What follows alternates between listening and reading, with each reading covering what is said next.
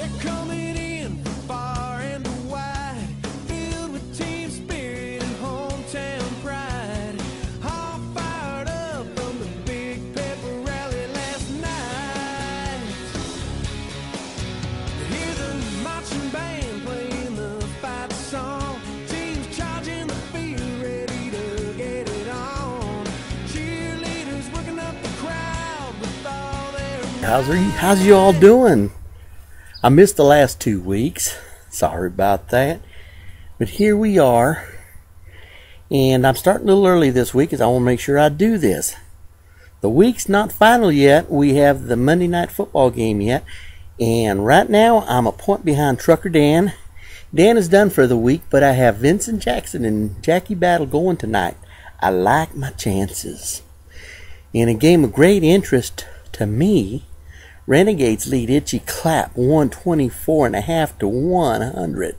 The Clap has Dwayne Bowe going tonight, but it'll be hard for him to catch the Renegades.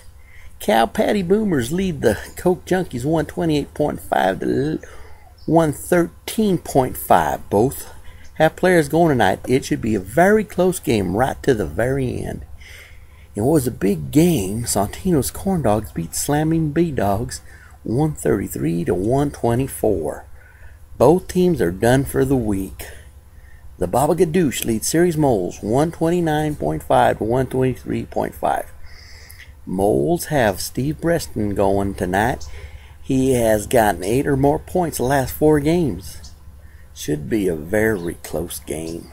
The Blunts leads CV Hawks 134.5 to 120.5. The Blunts are done for the week, but the Hawks have Ryan Matthews and Malcolm Floyd going tonight. With a few points from Floyd and the majority from Matthews, it'll be hard for the Blunts to hold this lead. So it's going to be pretty tight. Coming into this week, this is the standings. Coming into this week, Itchy Clap was up on top 6-1.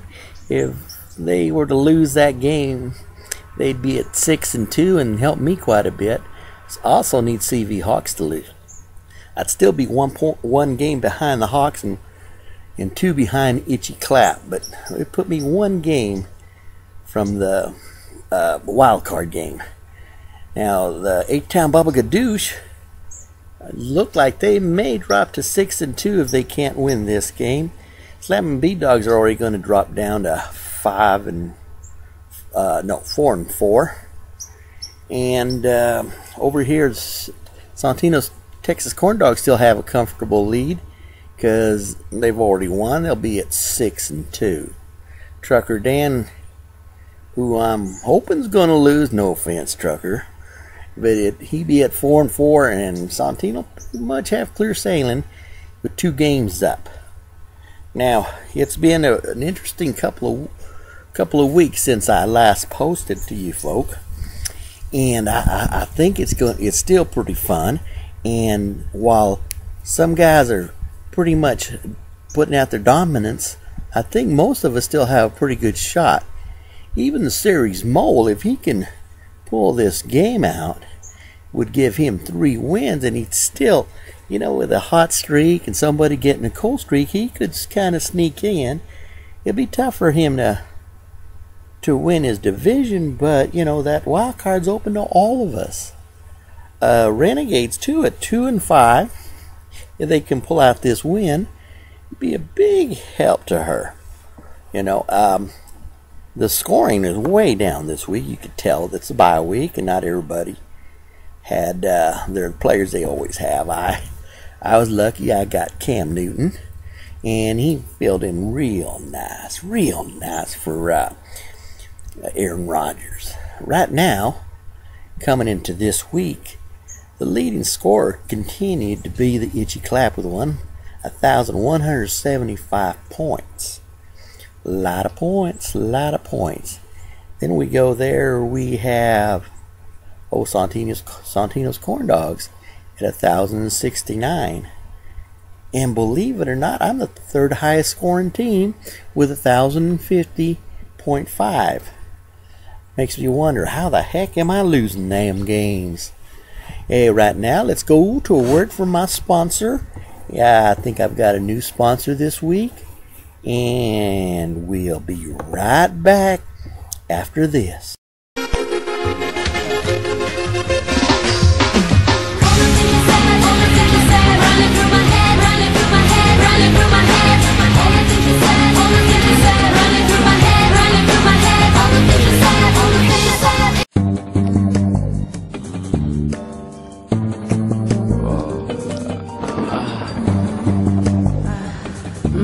Ich würde jetzt so gern zum Einschlafen. Oh mein Gott.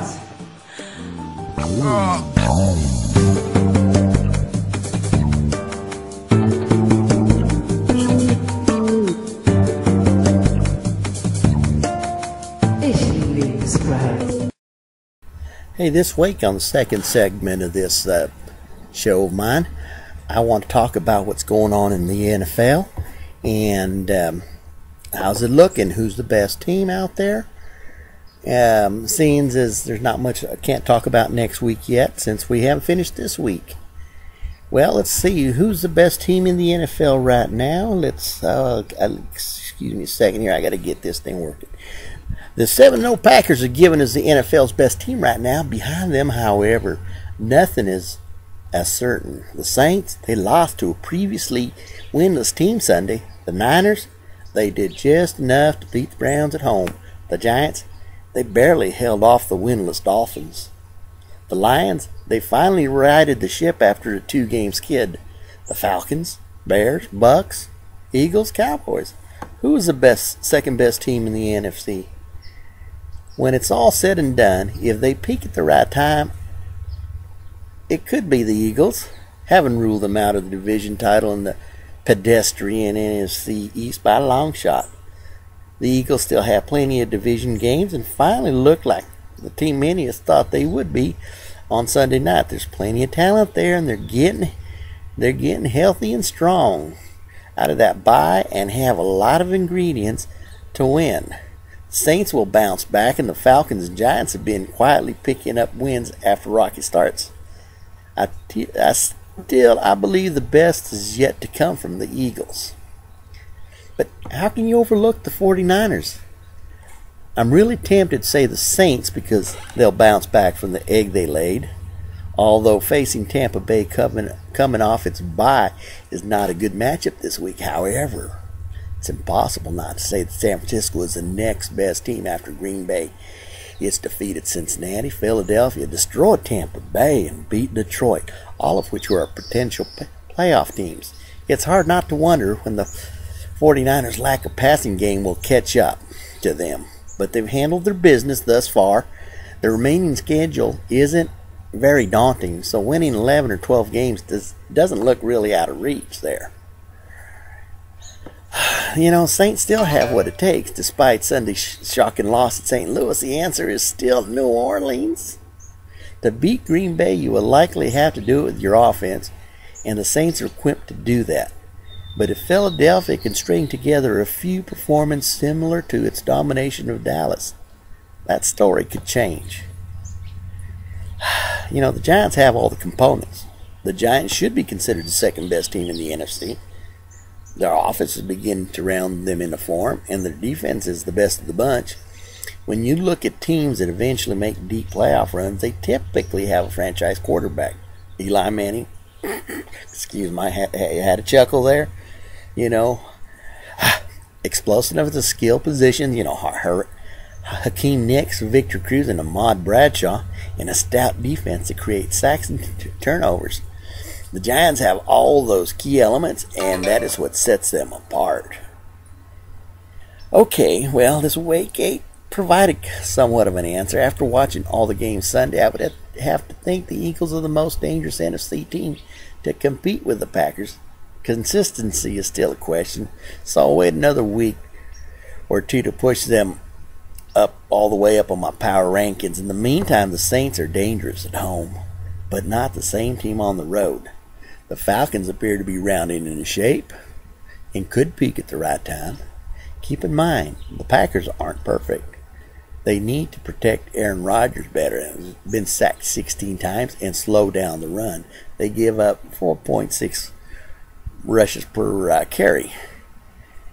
But you know what? There's no need to overreact in New Orleans. I know losing to the Rams is embarrassing, but don't worry, Saints fans. The sky isn't falling. Your team just had a bad Sunday. Here's some sunny perspective to brighten your gloomy day. The Packers lost back-to-back games to the lowly Redskins and Dolphins last October. Things worked out pretty good for them. Are the Saints the second best team in the NFC? Probably. But wait till next Sunday's game at home against the Bucs is going to feel like an eternity. I'd love to see a January shootout between Breeze and Michael Vick's Eagles, and if the Lions can continue to thrive without a healthy, effective running back, they could emerge as the NFC's second best team. But when all's said and done, I got to tell you, I think it's the Packers going to win it all again this year. There's nobody's got quite the weapons they got. They loaded at wide receiver, loaded at tight end, best quarterback in the league. The line is looking somewhat better. Got some young ones in there helping out. Linebackers, you've got to be amongst the best in the league. And hey, they got Charles Woodson. What can you say about that? All right, guys. Now, that's it for this week. I hope I didn't get too long, because I know how Mario may have fallen asleep by now. Well, I'll try and do this again next week. Sometimes it gets a little hard for me, and I like to do it outside because you can see the sun on my face a little bit. I had to do a little moving because it was up on me, and I couldn't see. You know, I like to keep high production values, and I'm hoping that you love my bunk music. I got some commercials there. I think the best of the best. Some might offend you just a hair, but it's all in fun. So, you know what, guys? I'll see you next week. And, hey, the Gratton Gammpy is out of here. We smell victory, we smell victory, we smell victory, we smell victory, we smell victory, we smell victory, we smell victory. What do we smell?